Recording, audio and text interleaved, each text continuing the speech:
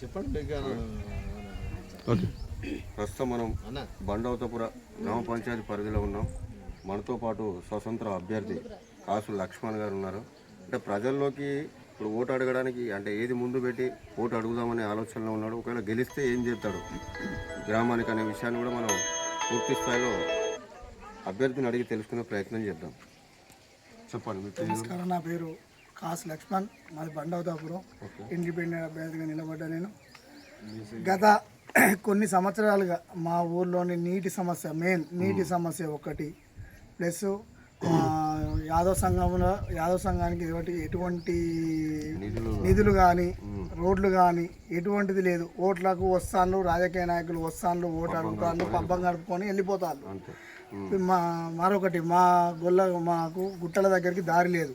రెండవది, దానికి చూద్దాం మేము గెలిచిన వెంబటే దానికి రోడ్ శాంక్షన్ 2 బోర్లు శాంక్షన్ చేయిస్తాం. బండవతపురం గ్రామానికి 2 బోర్లు వాటర్ స్పెషలిస్ట్ కల్పిస్తా. ఈ ప్రభుత్వాలు పబ్బాలు గడుపుకొని నడిపించడమే తప్ప ఎటువంటి లేదు. ఓట్లు వేస్తాం, వచ్చే ఈ కాంగ్రెస్ ప్రభుత్వం 2.5 సంవత్సరాలు అయింది గెలిచి, ఎటువంటి పనులు లేవు, ఏం లేదు. అన్ని ఏంటంటే వస్తాన బిడ్డ పోతాన ఓ రామచిలుక అన్నట్టే ఉన్నది. ఎద్దు పోకట పోవడం చేయడం జరుగుతుంది ఈ ప్రభుత్వం. ఇటువంటి ప్రభుత్వాలను మమ్మల్ని ఓట్ల గురించి మా దగ్గరికి రావడం జరుగుతుంది. ప్రభుత్వం వచ్చినాక 420 హామీలు ఇచ్చింది, 6 గ్యారెంటీలు ఇచ్చింది కదా. ఇలా ఎటువంటి హామీ రాలేదు మా కుటుంబానికి. మా గ్రామంలో ఇంతవరకు యాదవ్ సంఘాన్ని నుండి ఒక్క ఇల్లు రావడం జరగలేదు. ఒకటే ఇల్లు ఒకటి ఇచ్చింది. మా యాదవ్లో 670 ఓట్లు ఉన్నాయి. 670 ఓట్లల్లో ఒక్క ఇల్లు ఇవ్వడం జరిగింది. ఇంతమంది ఉన్నారు, నిరుపేదలు ఉన్నారు.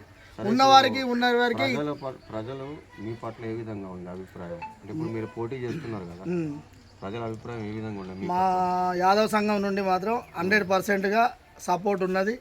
ప్లస్ మళ్ళీ విజయం సహకరిస్తాం.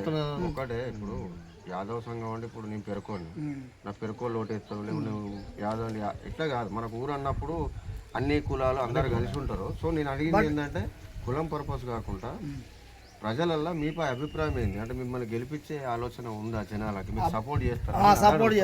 100% సపోర్ట్ చేస్తాం. మా గ్రామం మాత్రం 100%గా సపోర్ట్ చేసేది ఉన్నది.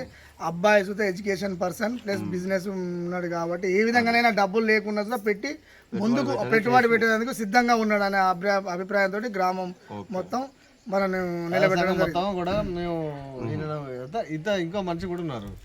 అభ్యర్థి కూడా ఆయన కూడా అన్నాడు కదా, సరే అభివృద్ధి చేస్తా, కంపల్సరీ అభివృద్ధి చేస్తా. పేరు నిలబెడతా. నన్ను అభ్యర్థిగా నిలబెట్టినందుకు ప్రతి ఒక్కరికి పేరున ధన్యవాదాలు తెలుపుతున్నాను. ఓకే, ఇది విషయం అండి. అంటే నేను గెలిస్తే ఏంటంటే గతంలో గెలిచిన అది సర్పంచులు కావచ్చు, ఇంకా ఎంపీటీసీలు కావచ్చు, ఎంపీటీసీ ఎవరైనా కానీ గ్రామానికి చేసింది ఏం లేదు కాబట్టి ఇప్పుడు అటు ఒక రోడ్ల విషయంలో, డ్రైనేజీల విషయంలో ముందు నేను రాగానే ఫస్ట్ చేసే పని అదే. ఖచ్చితంగా నేను గెలుస్తా. ప్రజల మద్దతు కూడా నాకు ఉందని చెప్తున్నారు. కెమెరామెన్ కిషోర్తో శ్రీనివాస్.